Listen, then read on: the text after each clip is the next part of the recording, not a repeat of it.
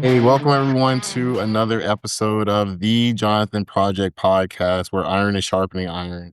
We take the example of David and Jonathan, their friendship and their loyalty as the inspiration for this podcast. This episode and every episode comes out every Tuesday morning. You can find that at your favorite podcast platforms at Spotify, iHeartRadio, you name it, you can find it. If you want me and Jason to come out and have an engagement with you, speak at a men's event, you have something going on with your business, please reach out to us at thejonathanprojectpodcast at gmail.com. Again, thejonathanprojectpodcast at gmail.com. Another great thing that we offer here is free resources. That's right, free, something that you never hear very often, but we do offer a devotional for all you men out there looking to improve on some of the best titles that you carry, being a husband, a father, or just strengthening yourself in your walk with God. It's 28 days, about 2 minutes every day, and you can find that. It'll be in the episode summaries. A link to that, again, it's free. Jason, welcome to yet another episode, and how are you doing? Hey, brother. I am doing well on this beautiful day as we are both recovering. You from your, Tim the Toolman Taylor episode yesterday at the house, and Man. yeah, me from the craziness of the rodeo, as well as Technical Animal Planet that occurred here. Oh Yeah. man, people have no idea. Yesterday, a time was had. A time was had for everybody. We had a good time all the way around, like from sprinkler, irrigation, water hoses busting, breaking because some random tree decided to grow, and you at a rodeo that can only be described as a rodeo. So, Yeah. Yes. As the chicken roundup occurred, as they chased 3 chickens, only about 150 kids went at them in this small arena. And then it turned into kids fighting like the third monkey getting onto the Noah's Ark. Like they were giving it all they had. Yes. So oh man, they had shoes still strode out. Kids were like, oh, I'm missing shoes. It was pretty comical. oh my goodness. Yeah. Well, let me tee up this wonderful segment that we're going to talk about because you were in a crowd. So, have you ever, Jason, felt alone in a crowd, like no one really gets you, like your worth is tied to something, like looking for somebody to applaud you? Sometimes it's called what, loneliness. I think we're going Yeah, to talk yeah. about that We're today. gonna talk about loneliness. Last night, there was no loneliness to be had in that period. But, Colby, I was reading, and so the Mr. Zuckerberg, I'm sure I'll mess up his name because I'm not a Facebook kind of human, but he put out an article that, AI could help with with this epidemic of loneliness. Yeah, And so, and it's based on you feeding your algorithms, and this thing kind of helps you combat your loneliness. And I'm like, I don't really think that's how it works. Just my humble opinion as a psychologist, I don't think that's how it works. But yeah, I think it's like a temporary thing. You know what I mean? yeah. It's think you'll find it like drinking magnesium citrate when you're thirsty, and then which is the yeah, I see that look on your face. That's amazing laxative. I'll just put it like that. Like you think Oh it's no, and all of a sudden you're like, I got bigger problem. yeah, So I'm sure somebody will write in and go, what? But yeah, it is. And so loneliness, it actually has become this public health crisis, right? And you hit the nail on the head. It's a sense of belonging. When people don't have it, it's the difference between a person's actual desire and their connection. So we measure that called loneliness. This is I want to be connected to people, and I'm not. As a matter of fact, the U.S. Surgeon General Murthy, he said it's an epidemic in the spring of 2023 is when he put it. He said it's far more than just a bad feeling these days. It's becoming a major public health risk, and he talks a lot about people feeling isolated, invisible, and insignificant. You hit that right. It hits all ages and all socioeconomic backgrounds from every corner of the country. And I thought a lot about that, how that we are made for being with other people. We're made for that connection. But that connection is that loneliness that we all feel from our lack of connection with Jesus Christ. I like it. I like it. And I just want to be honest from the jump, with my little research that I stumbled upon at the 11th hour as you told me what we were doing this week. And, loneliness isn't weakness, it's just a signal. It is an innate thing for human beings. We're not weak because we feel lonely. We're human, right? We're made for connection. There is an eternal size, God size hole in our spirit beings. If we could see it, like we all walk around with these holes until we meet that maker, until we meet that place and that person that can feel that, which is Jesus, right? It's Genesis 2:18. Whole reason Eve comes on the scene is also based off of this verse, and it says it's not good for man to be alone, right? We are meant for community. We are meant to iron sharpen iron as guys, and guys are some of the worst. So when you look at these epidemics, kind of stats on loneliness, we have a hard time connecting with other men in particular, and that's not a good thing, right? You can't do this alone. We've said this many times. Life is a team sport. You said, and I love that aspect in Genesis. That's the very first time it's ever mentioned not good, and it centers on loneliness. Did you know that you have a 50%? It increases the risk of developing dementia by Oh, I 50% believe it. in older adults. And it says if you're older than 12 years old, loneliness decreases your cognitive ability by like 20%, right?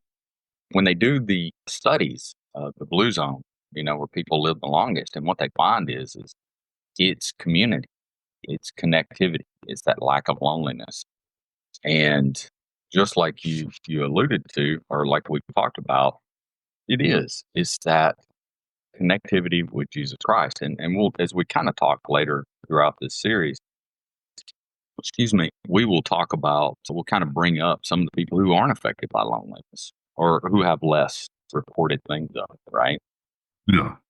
But your point, 52% of Americans feel lonely, and 47 report that their relationships aren't meaningful, which goes back to what they said about the quotes where I have to shoulder all of life's burdens by myself. People feel like if I disappear tomorrow, no one will notice. That's a horrible feeling. And I Yeah. know very clearly that Jesus Christ absolutely misses you. He does know who you are. As a matter of fact, it says his eyes are on the sparrow. The last time I checked out back, there's a ton of those things. He Yeah. knows when every single one of those falls. And he says, and Jesus says plainly, you're more valuable than them. So as people do here, as people listen to us, you need to know, they need to know that they are valuable. Yeah. You Yeah, know, and I think, as we were talking about one of the social media legends there, Mr. Zuckerberg, early on, and really when you look at that and you go back and you look at his little movie of how Facebook got started, he was trying to build a community that not have that loneliness, right? But what has turned into it's a trap. It's the trap of validation, right? Are you chasing likes? Are you chasing lasting love? Like there's nothing wrong with wanting to be accepted. yeah, But in today's world, the natural desire is being twisted into performance. I yeah, mean, you got people doing all kinds of stunts yeah, for external validation to feel like they're not alone, that they belong to a community, right? mhm, We're hardwired people, right? Folks, we're hardwired to be liked, respected, and affirmed, right? yeah, But that chase can break us. And if you're not seeking to build a sense of yourself and how you view the world and how you build others around you, aka a community, from God's perspective on that, then that constant pursuit of what's the newest thing, like, oh, it's licking Tide Pods or it's jumping off the roof or it's yeah. whatever it is going to end up mentally and possibly physically breaking. You know what the three top loneliest cities in America are? Probably New York, Los Angeles, and what's the other big city in the country? I don't Pretty know. close. Pretty close. Uh, one is Las Vegas. Yeah, Talk well, about there you being go. alone in a crowd. Yeah. I had to go out that way one time for work, and you need Hmm. to avoid, you need to avoid that area because it's super hard to navigate. Right, there's so many people. Yeah. Uh, but it is Las Vegas, Washington D.C., and Denver are the loneliest cities. Really? And yeah, statistics show them 3 times higher than the national average. All right. You think about that. People are all together. Las Vegas, they're chasing, whatever it is they're chasing out there. All that chasing. Uh, yeah, yeah. It's like a friend of mine told me one time, he says, if anybody heads out there, you need to leave a note. I don't think the good Lord's going to stop by there. On the and, which he will. He will. But think about it. 57% of Americans eat dinner alone, eat meals alone. And it's horrible. It's horrible. Yeah. It's funny. Jesus used meals to connect with people. So as Christians, as we look and listen, you see somebody eating alone, is it going to hurt to eat with them? Jesus ate with everybody. Yeah. Uh, so I mean, that's an immediate action, or making sure that your loved ones are there, that you do get to spend time with them, right? I like that. So you talk about feeling alone. Elijah, Elijah, he felt alone, and he's one of the greatest prophets that ever was. He felt alone, which blows my mind, after the scenario with Baal, right? Remember that? I Yeah. love Yeah. the story. He's got all his 400 prophets, and it hadn't rained, and he's like, you know what, guys? And they're like chanting and cutting themselves, doing all this other stuff. And he goes, hey, man, do it a little bit louder. That dude may be asleep. Like your God may be asleep. Yeah. And then they do it some more, and he goes, hey, he maybe just be going to the bathroom. And then, like, God shows up on the scene. And, of course, nothing ever happens on their altar. God shows up on the scene, and it says he destroyed everything, the water, the rocks, all that stuff. Gone. And then Elijah goes back to the cave, and he's like, man, that woman's after me. She's going to kill me. I'm out here by myself. And it hits us. So we're all Yeah. prone to it. So God Yeah. told us there's 400 other guys out there that hadn't bent the Yeah. knee yet. Yeah. No, validation isn't bad. It's the source that matters, right? And, I think about Isaiah 43:4, you're precious and honored in my sight, and I love you. You have to know that your worth is not in your performance of the world, because that's always going to shift.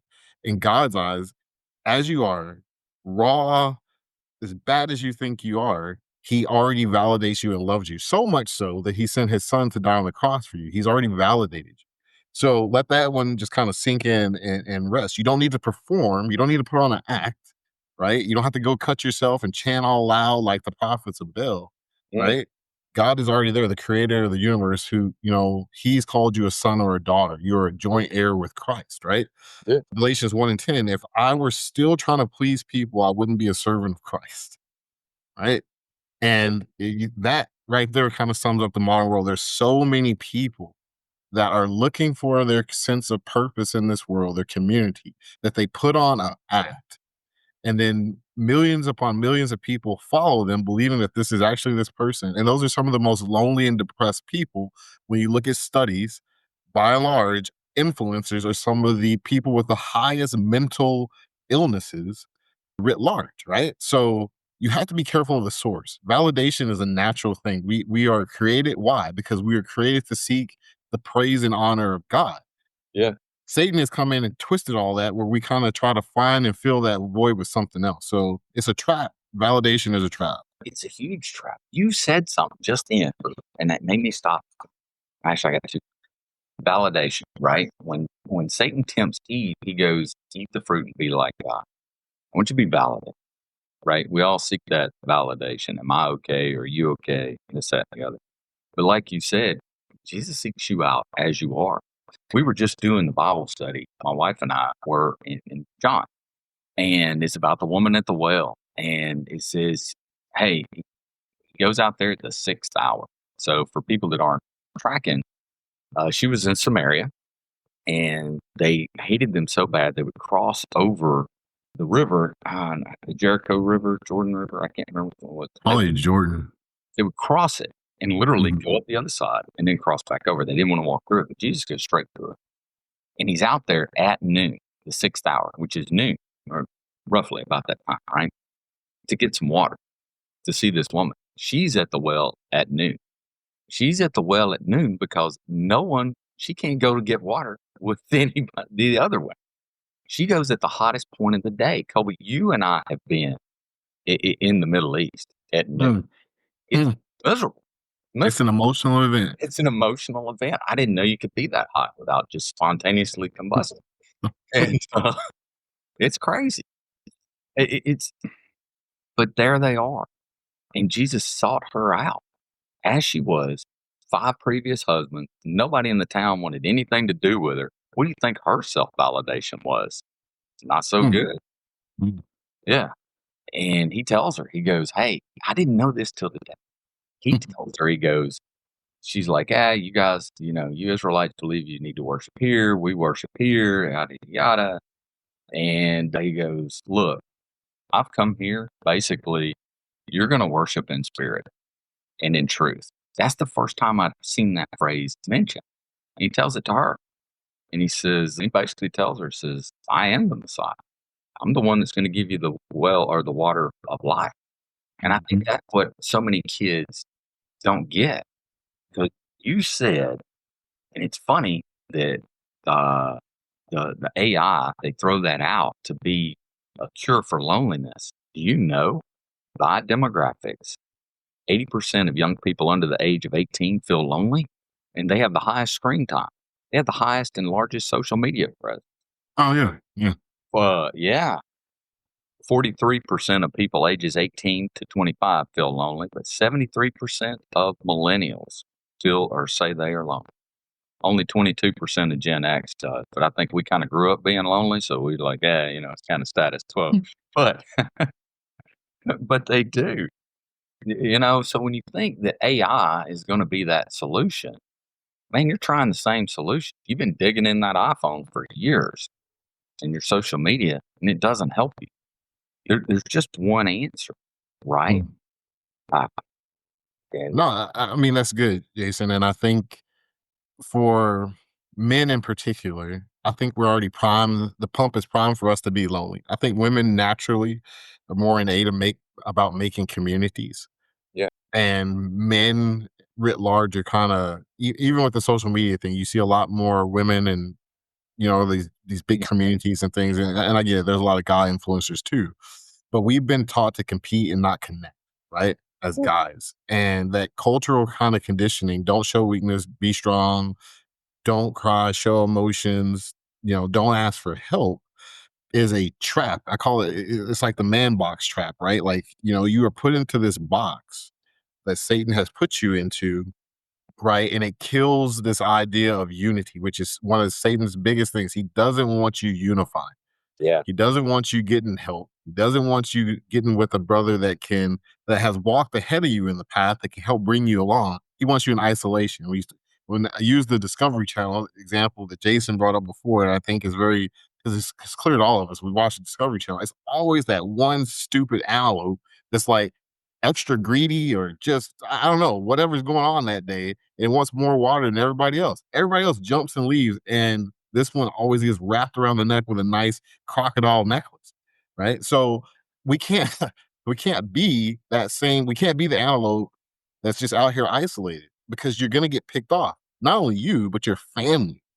And loneliness is an avenue to being isolated, hmm right? When you think that I'm all alone, woe is me, instead of seeking out and reaching out and asking for what you need, then boom, he's got you. Here's a 2017 Harvard study that says men without close connections were less happy and less healthy. You want to be healthy, you want to be around for your grandkids, or if you already got grandkids, your great grandkids, give yourself a shot. You need community. hmm Uh, Ecclesiastes 4, 9 through 10, two are better than one. If either of them falls, one can help the other, right? There's the reason why, and especially in the army, I'm sure other services have something equivalent. Maybe not, but at least the army, you have a battle buddy, right? And that constant thing where, hey, I have someone that's going through this with me, and we're going to help each other. Same thing in life. You need a Jonathan, as we say on this show, right? You need a collection of men, older, younger, whoever you're pouring into, you pouring into someone else that can help. You can bring them along, and someone else can bring you along. yeah. That is what being a man is. It's not being isolated and getting a crocodile wrapped around your neck. A lot of people, and I know a lot of people think, well, they sit and wait on someone to talk to them. Well, if you're in a room of people who are sitting and waiting on someone to talk to them, and everybody has that same sentiment, no one's going to talk. You got to make that initial step, right? And you got to check on people. It's part of that being lonely. By When you looked at the statistics of it, it says, and it's by quote, right? It says the people who attend religious services regularly often report feeling less lonely than people who only attend intermediately throughout the year or do not attend at all. That's where God talks about that coming together, right? Like we're like coals of a fire. If you spread us out, man, we just die out and you feel very isolated, right? But when you come together, everybody can get warm. You never know when you're going to, you never know everybody's going to feel lonely at some point. You never know when you could be that intervening step. I thought about, Psalms, the 23rd Psalm, verse 4, right? Even though I walk through the darkest valley, I'll fear no evil, for you are with me. God always says he's with us. He's with us. And that is it, really. That's the water, just like at the well, that you don't get thirsty again. We drink a lot of water. We drink a lot of things that are the intellectual equivalent of the magnesium citrate and the emotional equivalent of it, right? But that's not what you're looking for. You're looking for the water. By the way, do you like how I tied all that in? Dude, you do. But you don't know. I think about the one valedictorian, and it's out there. I don't know. The guy talks about it. He gets ready to give his speech. He thanks the one kid who, when he was headed home, stopped and helped him pick up his books and became his friend, right? And he says, "What you don't know is I cleaned out my locker that day because I didn't want my parents to have to do it." He was headed home to go kill himself. Suicide is through the roof. We see veterans dying of suicide. 22 a day, I think, is the number, but I bet it's higher than that. And you see it among kids, and they go, I'm just going to give this a shot, right? Well, here's the deal. This loneliness has reached a level where they say it's chronic. They don't have good days. And we've talked about episodic, but when it hits that chronic level of it, they're crying out. You have a God-shaped vacuum, you know? Segue into like my next set of notes is Jesus is that friend who stays. And a lot of people may not believe that, but once you start walking with him, right? And that's the key because he's always with you. But once you turn and acknowledge and you're walking with him, he's going to give you love, and he's not just looking for to give you just a like or something like that. He's not looking to just give you something shallow, right? He wants to give you some deep down love. It says in Psalms 56:8, as for example, God knows every tear, Mm, every hidden pain, and he still calls us below. Like, imagine that. Like, all the pain and suffering that you may be going through as you listen to this or you share this with someone, and someone is lonely or going through a rough time. You have someone that is closer than any brother that you, sibling, whoever, that knows every tear, all that pain. And he's willing to take it and walk with you and help you get through it. Jesus was no stranger to loneliness. mhm. Think about when he was in the Garden of Gethsemane. And he is facing what I can't imagine as pressures. He knows the crucifixion and all that there's going to be levied upon him. And he's like, he takes his inner circle, the closest group of guys he has, says, "Hey, just come with me, just pray with me, stay up." And I I don't judge them because Yeah. I know how sleepy I get. And I'm like, hey man, I would have probably fell asleep too. And that had to hurt. He's like, in this moment, he had never been, and when he gets to the cross, even more lonely. It's a depth that I can't imagine. He had never been separated from the Father. Yeah. And for all of those who don't come to know him, that is going to be really the eternal torment, is being separated from him and finally realizing that all the gifts that he's given us, the sunrise and every breath you took, and being separated from him, Jesus felt that for the first time, the depths of loneliness. And so he doesn't want any of us to go through that. And that is the amazing thing about the gospel. It is the whole point. He does not want you to be separated. He wants to have unity. He wants to bring you back together. So he validates us. He gives us his presence, which is the greatest validation there is. I am here with you as you go through this horrible human experience that it can be at times, right? You Yeah. have someone that is closer than your mother or your father in Jesus. He's the friend that's going to stay. Separation, isolation, that division, that is Satan's number one strategy. right? He tried it with the angels in heaven. That's why he got cast here. He does it with Adam and Eve. And then all of a sudden, everybody's cast out of the garden, does it all throughout. It's always about isolation. It's always about separation. So the feelings that people have, and we all feel lonely at different times, and we can feel like, hey, there's no one there, even if we're in a crowd. But Jesus plainly says, I'm always here. I'll never leave you nor forsake you. I love in Isaiah where he says, do not fear, I'm with you. Do not be dismayed. For I am your God. He's talking to Israel, right? And you look on down in James, draw near to God, he'll draw near to you. Put that forward. As a matter of fact, he's already tried to draw near to you through the crucifixion, right? Through the resurrection. I love Jeremiah. Then you will call on me and come to pray to me, and I will listen to you. You will seek me and find me. And when you seek me with all your heart, that's amazing. God wants a relationship with you. People say they're lonely because they don't have these meaningful relationships. But the Bible, it talks about that right there, right? Yeah. It's a lie from Satan that says, you know what? You're unlovable. Nobody cares about you. You're totally different. And all those things insulate you into a form of isolation. And that's not what it's about. No. That's where, when you find that meaningful relationship going forward to combat that loneliness, is through that relationship with Jesus Christ. Oh, Colby, that's good, Jason. That's really good. Yeah. I kind of looked up some different things as Christians as we go forward. We got to help others combat this loneliness. I was kind of looking up a few kind of things to go forward with. You got any thoughts on that as well? Well, I think the cure to loneliness, in my opinion, right, and what I'm gonna always offer up to men is, you know, being alone with God cures your everyday loneliness. As weird as that might sound, Mm.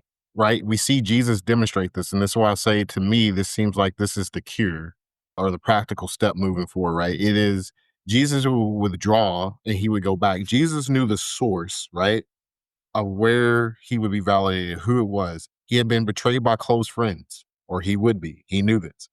He was abandoned. He went from being Hosanna, and a few days later, it's like crucified. So he understood the sting of loneliness, but he also knew where his source of who he was and his identity and his purpose and his reason and where his source of love was. That's the Father. That's where you have to start as guys. If you don't have that relationship with Jesus Christ, let me encourage you here and now to make that decision. Why? Because from there, it's amazing how your Father who's in heaven, through his Son and the Holy Spirit, will guide you to everything that you need. Everything you need will flow and stem through that relationship. So the cure, latch up with Jesus because he has everything he needs, right? Yeah. Or I should say that you need. So it's interesting you said that, and so in Philippians 4:6 and 7, it says, "Yeah, encourage us to not be anxious about anything." Anxiety is a major thing in today's society. Yeah. The more people have anxiety than probably we've ever seen, right? But it says, Mhm. don't be anxious about anything. But in every situation, prayer, you highlighted it, just like in Jesus's example, prayer and petition, right? And thanksgiving. Present your request to God. I think we forget about Thanksgiving. We started being thankful. That goes back to that gratitude journal we talked about. Sure. Once you start going, I'm thankful for, you look at the cup. Everybody's cup's half full. I don't care who you are, whatever. It's how you look at it, right? It's like when people go, well, you either read a text with a smile or a frown, and it'll determine what it says. That's the truth, right? So you either look at Yeah. it, and that giving thanksgiving is key. That alone time in prayer, I think that's absolutely phenomenal. Nah, man. That's key. You have to build that relationship. It's not about being busy. It's not about joining a bunch of different social media groups or clubs, or it's being, found and known by him and being anchored in his presence. I love what Psalms 46:10 says, "Be still and know that I'm God." Again, you don't have to perform for God. You don't have to try to impress him. Yeah. He already knows all your little secrets and all this stuff, and he still loves you. Yeah. And he still wants to walk with you. That should be an amazing thing, because I don't know if we can really say that with all of our friendships and all these kind of things. There's some line that could be crossed that where it would sever that. Yeah. With Jesus, he already knows all the red lines, whatever you want to call it, they've already been crossed, and he's still there. Because Romans 8:28 says, while we were still sinners, he died for us. You just have to be still and remind yourself, like Jason said, all the things that has happened in your life. Mhm. There's so many things that if you're standing here, you're listening, you're breathing, that is a testament that you have overcome something. And it's been because of the grace of God, and he has put things into your life, as bad as it may seem, right? Yeah. You know, so yeah, man, like it's him. It's that relationship. It's all about him, and it's amazing how your life can change even if you're alone. No, that's you highlighted something. Every breath you got, you're listening and you haven't accepted Jesus Christ. It's super simple. It's just, Lord, please forgive me of my sins. I accept you as Lord and Savior of my life. It's pretty simple. The guy, the thief on the cross, had to elevate himself up to get enough oxygen so that he could save the breath he had. And by the way, he was elevating himself through spikes in his teeth.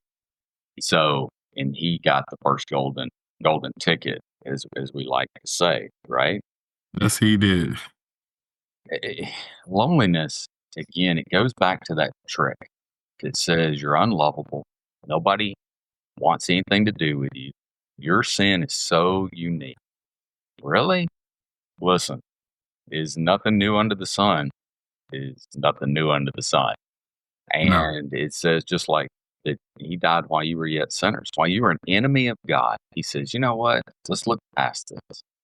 As a matter of fact, he looked down to the people who nailed him and says, God forgive them. They just really don't know what they've done. And it was grace extended to them.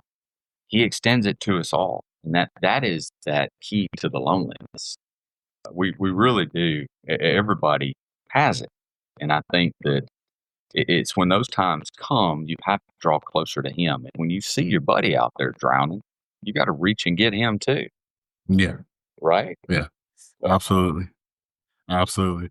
No, I think you summed up this episode well, Jason, and I think it's a powerful one for guys that, you know, no matter what you're facing today, I want to encourage you. If you haven't taken the opportunity to know Jesus Christ as your Lord and Savior, today is the day. There's no tomorrow. There's no waiting until you get cleaned up, or, I get my finances together, or whatever you think you need to do, you don't, because that is the first step to everything that you've been looking for, is knowing the source of all things, the creator of heaven and earth, life itself, truth itself, in knowing Jesus Christ. So I'm glad we teed up this episode, Jason, for everyone. And yeah, so another great episode of the Jonathan Project podcast, folks. Again, this is what we do week in, week out, faithfully just trying to share a heart and bring you in a new, different kind of way the same great message and the gospel, that is Jesus Christ can save you and change your life. So if you found inspiration, hope, the meaning, and you would like us to share this message in person at an event that you have coming up, please reach out to us. Or you want prayer or resources on how to have a relationship with Jesus, please reach out to us at the Jonathan Project Podcast at gmail.com. Again, the Jonathan Project Podcast at gmail.com.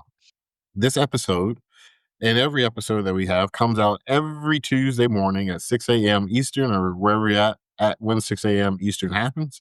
You can also find a free devotional. It will be in the episode summary links.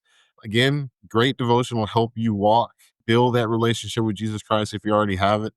28 days, 2 minutes a day. You can't beat it because it is free. So again, thanks for all that you're doing for us there, Jason, and just the encouragement that you give me and here. And I look forward to talking to you again soon. all right, brother. Talk to you soon. See ya.